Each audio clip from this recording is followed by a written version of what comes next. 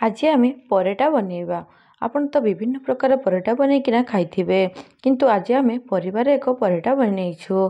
आशा करुच्ची आपनको भिडियोटी निश्चित पसंद आसिबो। भिडियोटी को शेष पर्यंत देखंतु केमिति बना होउची निश्चित घरे बनैकिना खांतु। नमस्कार, जय जगन्नाथ। स्वागत जनाउछि आपण मानकर चैनल अतोसी किचन ब्लॉग्स रे। ताले चलते भिडियोटी को स्टार्ट करवा। से प्रथम ये मु ग्रीन मटर को ना पूरा ताको ग्राइंड करकिना नहीं जाइए। मैं गोटे कप नहीं ग्रीन मटर आउ एक साइड रे रखिबा। एबे नवा गोटे बाउल ले मापिकी नहीं जावा आम अढ़ेकिना अटा अटारे देदबा स्वाद अनुजाई लुण आउ 2 बड़ चामच देदबा रिफाइन तेल। ए सब तेल दे सारा पर ताको भल भाव आम मिसई नबा। अटा तेल लुण मिसई सारा पर अटा को अल्प अल्प पानी देकिना ताको आमे चकटी नबा। चकटी सारा पर ताको आमे 15 मिनिट पाई रेस्ट करिया पाई छाड़ी दबा। शीत दिन रे विभिन्न प्रकार परिबा मिली थाए। एई सब परिबा भितर अनेक पिला अछंती जे अनेक परिबा खाआंती नाही, तेणु आपण एथिरे पकेइकी देले से माने जानि भी परिबेनी को सब परिबा पड़ीची। तो आपण एई परेटाटी निश्चित बनंतु आ देखंतु आपण पिलांकर से निश्चित फेवरेट हेकी रहिबो आ परिवार समस्त मध्य पसंद आसिबो। एबे नबा आमे किछि अल्प रसुण आउ अदा ताको भल भाव आमे छेचिकिना रखि नबा। एबे नबा गुटे करेई रे देदबा 3 बड़ चामच रिफाइन तेल आउ देदबा गोटे चामच जीरा भल से फुटी गला परे सेथिरे चुन चुन करकिना काटिकी रखिथिबा पियाज को देदबा। पियाज टिके हल्का भाजिला परे सेथिरे छेचिकी रखिथिबा अदा रसुण रो छेचा को देदबा। अदा रसुण रो कंचा स्मेल जिबा जाए ताको एही परि भाबरे भाजी नबा। एबे एठी हमरो कंचा स्मेल पळे गलानी मसला रो। तो एबे कदुकस करके रखिथिबा गो 2टी आलू को मु एठी दे दोछि। हमरो जो गिनारे मापिकी सब नेइथली सही गिनारे ही गिने गिने भरिकिना सब नउछि। तो आपण आलू को मध्य एठी तारो किछि सेकंड भाजिला परे एबे देदबा आमे किछि बीटरूट को ताको मध्य कदुकस करि नेछि। गाजर को मध्य कदुकस करि नेछि। ताको ए सब को देई ताको भल से भाजी नबा। एई समय रे गैस रो फ्लेम को मीडियम रखिकी भाजिबे। आउ एथिरे एई समय रे किछि लुण पकेबे नाही, नले जल्दी पानी बाहर आसीबो।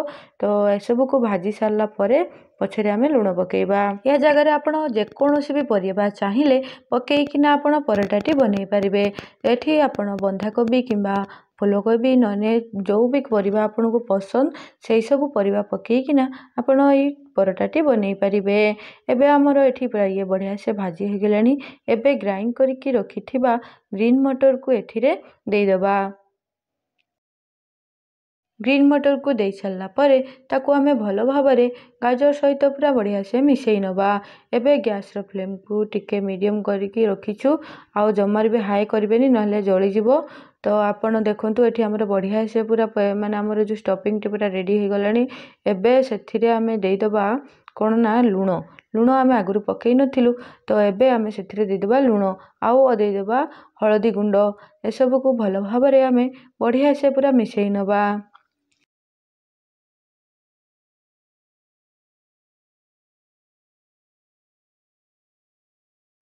ए सब को मिसई सारा परे ताको आमे 2 मिनिट पाई कवर करि नबा।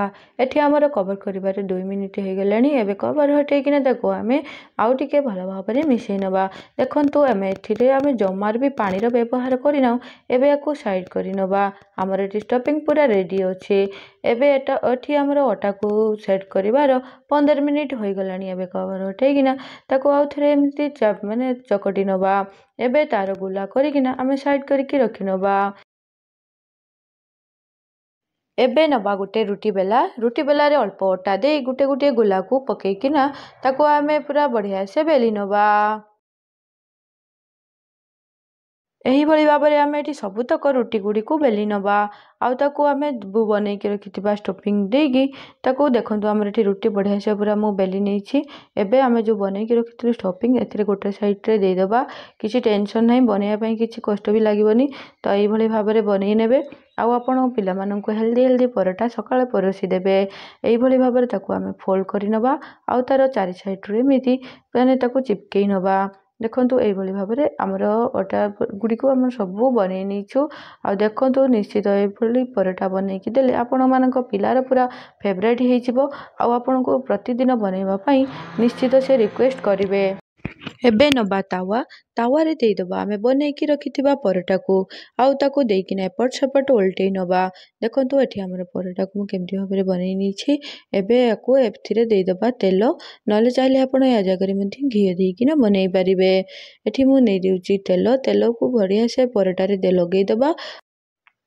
ଏହିପରି ଭାବରେ ପରଟାକୁ ଏପଟ ସେପଟ କରିକିନା ବନେଇ ନେବା। ଏଇଭଳି ଭାବରେ ଆମର ଯେତେକ ପରଟା ଅଛି ସବୁ ବନେଇ ନେବା। ମୋର ଏହି ଭିଡ଼ିଓଟି ଆପଣମାନଙ୍କୁ ଯଦି ପସନ୍ଦ ଆସିବ ତାହେଲେ ଲାଇକ୍ କରିବେ, ସେୟାର କରିବେ, କମେଣ୍ଟ କରିବାକୁ ଜମାରୁ ବି ଭୁଲିବେନି। ଯଦି ମୋ ଚ୍ୟାନେଲରେ ଆପଣ ନୂଆ ତାହେଲେ ସବସ୍କ୍ରାଇବ୍ କରିବାକୁ ଜମାରୁ ବି ଭୁଲିବେନି। ମୋର ଏହି ଭିଡ଼ିଓଟି ଆପଣମାନେ ଶେଷ ପର୍ଯ୍ୟନ୍ତ ମୋ ସହିତ ଦେଖିଥିବାରୁ ଆପଣମାନଙ୍କୁ ଅନେକ ଅନେକ ଧନ୍ୟବାଦ। ଆଉ ପୁଣି ଦେଖାହବ ଆଉ ଗୋଟିଏ ଭିଡ଼ିଓ ସହିତ ଆଉ ଗୋଟେ ନୂଆ ରେସିପିରେ। ରହିଲି, ଜୟ ଜଗନ୍ନାଥ, ନମସ୍କାର, ବାଏ।